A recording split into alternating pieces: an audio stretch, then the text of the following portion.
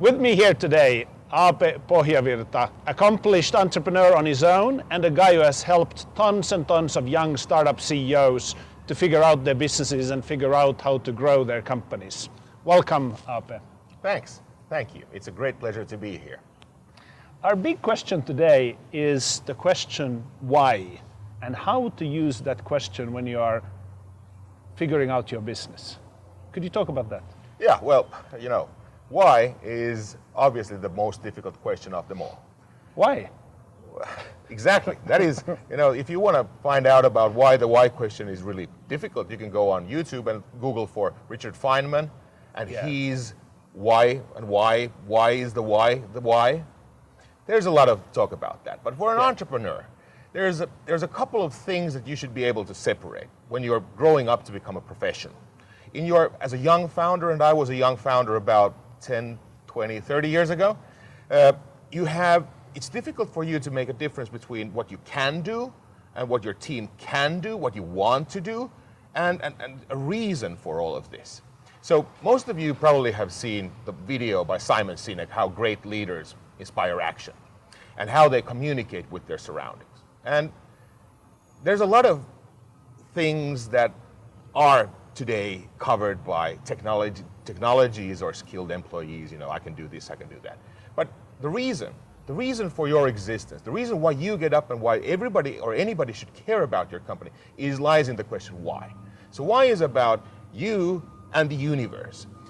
Steve Jobs said that you should, the Macintosh team was there to sort of like make dents into the universe, but nowadays the universe is so dented that actually a startup entrepreneur who wants to be successful should be looking for ways to fix those dents, make the universe smoother. So telling yourself what you can do is not the future. The future, I think, the meaningfulness of your work, your capability, your company's capability of getting funding together, getting skilled employees and getting your customers on board, and doing all these things revolves around a lot around the why, the question why. Why is it you exist? What is the problem you solve? And how many problems you solve? So are you saying actually that many startups today just do things because they can do them, not because it makes any sense? Yes, that is by far I'd say if I've coached during the past 6-7 years in different ecosystems in the world, like 1,000 startups, of those 1,000 startups, I'd say about 5 exist for, they know why they exist. Right. 995 of them actually exist because they can exist, or they think they could copy something, and they're looking onto something. It might be a feature, but it's not a solution. So the companies that actually could provide the answer to a big question, such as there's a lot of people who don't have food, there's no protein. How could we solve it? It's not a feature thing, it's actually a mission-driven thing. So why is mission? Guy Kawasaki has written these books about how you should create your company slogan and create more meaning into your company's existence. And that why is a difficult thing to find.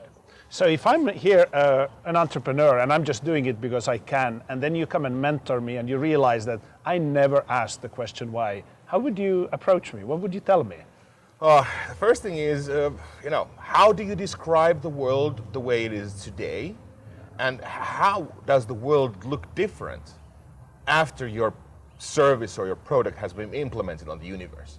So if the change is like, here is your average Joe with $3 in his pocket, and after implementing your service tomorrow, he might have $3.02 in his pocket. It's actually not, it isn't a big change, right?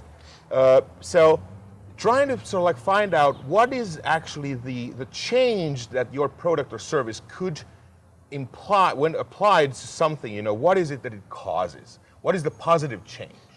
And trying to when I mentored the startups, I asked them blunt questions. I asked the founder, why? And they're like, in most cases, they explain a lot of features, a lot of fine slide sets. But simplifying the reason of your existence into a tweet, actually 137 characters, is an exercise that you should be able to do. So making things complex is the easiest thing in the universe, but making things simple is the most complex thing in the universe. And creating a good, compelling why for your company demands a lot of time and a lot of exercise and a lot of experience. So that's where the mentoring relationship becomes really important. How long does it take? If I'm an average 25-year-old startup CEO, will it take me a week to figure out the why, or months, or years, maybe? Probably years. You start here in San Francisco. What's a compelling why? Yeah. Is it making more efficient, becoming more efficient than an Uber? Nah. But it's like, if you look at the homeless people on the streets, that's wow, how? Why do you exist? Well, my company, homelessawayfromstreets.com exists because, we want to have these people find homes and jobs and employment. And that's like a compelling why.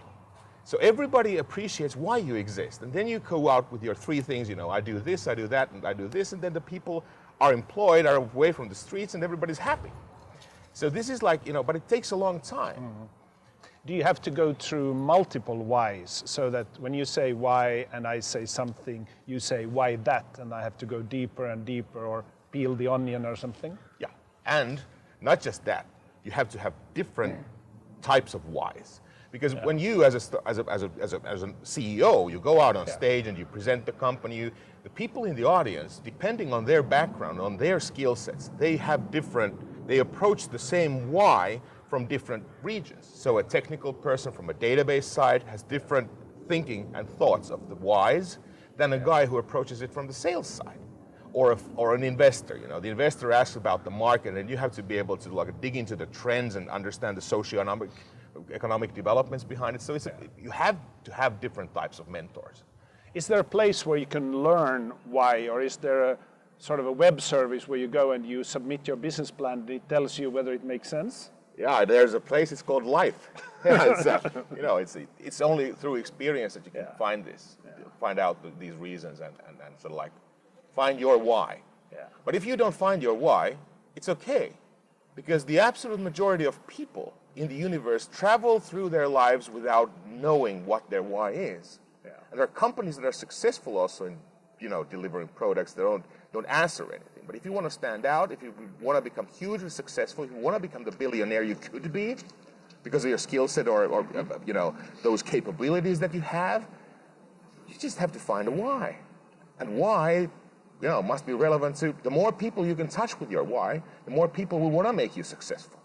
And that's the sort of like the thing, If you have a good why, all the people want to support you, they want to push you forward, they want to make you succeed. Not because of yourself or your company or employees, but because of the why. It's just so good that everybody wants to join you. Wonderful. Thank you, Aape. We'll stop here with the why, and we'll hope that the why will touch as many people as possible. Good. Thanks. Thank you.